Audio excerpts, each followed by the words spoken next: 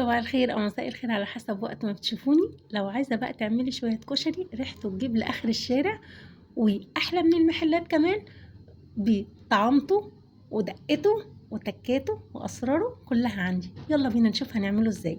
هنا جبنا البصلة مع الزيت، قطعناها قطع صغيرة، وهنكون محضرين عصير الطماطم. وأول ما تتحمر البصلة هنضيف عصير الطماطم زي ما انتم شايفين كده، وهبتدي احيقه بقى، احط الملح بتاعي والكمون وفلفل اسمر. هسيبه بقى على النار وهجيب العدس بتاعي اغسله كويس جدا وخليه يستوي زي ما انتم شايفين كده يتسلق. هنا هكون محضره الماء المغليه بتاعتي، وهحط مجموعه من المكرونات المتشكله اللي متوفر عندي.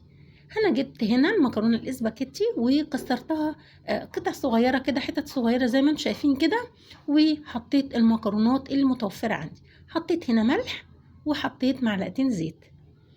طبعا انا مش عايزاها مهريه، عايزه كده المكرونات تبقى ليها شخصيه كده وطالعه مستويه بس مش مهريه، يعني اخلي بالي منها.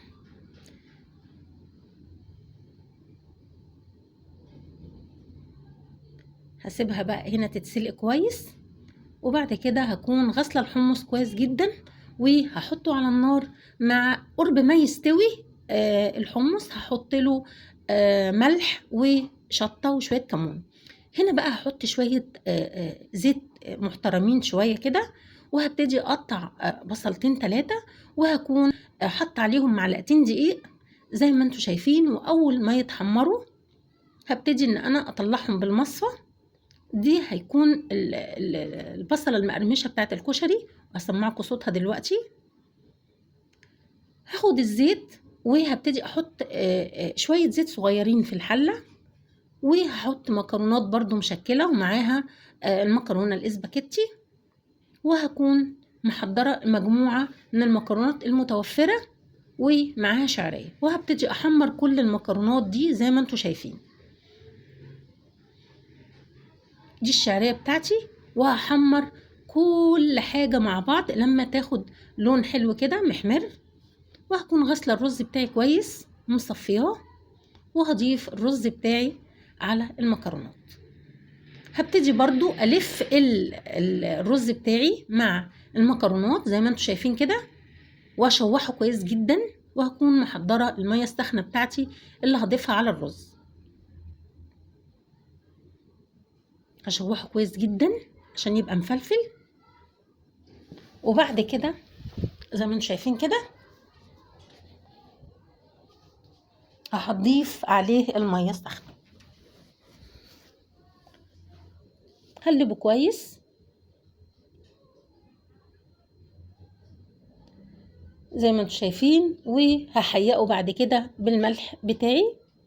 وهنا العدس لما استوى ابتديت ان انا اصفي المية بتاعته. بصوا في الاخر شوية مية تقيلة، المية التقيلة دي هحطها على الصلصة بتاعتي، وهكون دقة فصين توم مع قرن فلفل، شوية كمون وشوية خل زي ما انتم شايفين كده، بحطهم في اخر الصلصة لما الصلصة تتسبك قوي. هنا نص كمية العدس حطيتها على الرز، وهبتدي الف الرز بيها زي ما انتم شايفين، والنص التاني هشيله على جنب. هنا برضو حطيتي حوالي نص كوباية مية من مية العدس على الرز عشان ما يبقاش ابيض، برضو العدس بيطعمه.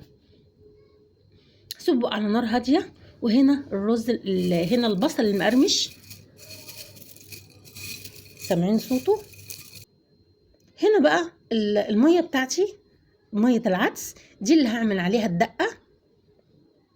هكون محضرة مكعبات طماطم صغيرة مع فلفل رومي برضو مكعبات صغيرة، وهكون هنا محضرة الفلفل بتاعي دقاه فلفل حامي مع فصين 3 توم مع ملح مع كمون. هنا حطيت شوية خل زي ما انتم شايفين كده، يبقى حطينا الفلفل الحامي مع فصين 3 توم ودقتهم كويس جدا. ضفتهم على مية العدس مع الشطة مع الكمون مع الملح، وهكون مقطعة مكعبات طماطم صغيرة مع مكعبات فلفل رومي صغيرة. هنا الكمون بتاعي زي ما انتم شايفين، ريحتها يا جماعة خطيرة خطيرة. هنا الدقة بتاعت الكشري هنا وهم. زي ما انتم شايفين كده حطيت الملح بتاعي، حسيت ان الملح الحياء بتاعها مش مظبوط، زودت لها الملح. هنا برضو من الزيت اللي انا شيلته بتاعت البصل، من زيت البصل اللي انا حمرت فيه البصل، حطيت معلقتين زيت على المكرونه ولفتهم بيها المكرونه، بتدي طعم للمكرونه حلو قوي. هنا برضو الزيت بتاع البصل، برضو من البصل اللي انا قلت لكم نحط شويه محترمين كده. برضو حطيت الشطه الزيت، عملت منها الشطه الزيت، حطيت شويه زيت من مكان البصل، محمرت البصل وحطيت 3-4 معالق شطه، وحطيت معلقتين صلصه وقلبتهم على بعض. ودي كانت النتيجه النهائيه، حاجه كده اخر طعم. بصوا بقى الدقه بتاعتي، وادي الشطه الزيت، وادي الكشري خطير يا جماعه، ريحته رهيبه. ان شاء الله الفيديو يعجبكم، ولو عجبكم يا ريت تعملوا لايك وشير واشتراك في القناه، وما تنسوش تفعلوا الجرس. هنا بقى عصرة الليمونه، اوعوا تنسوها. سلام.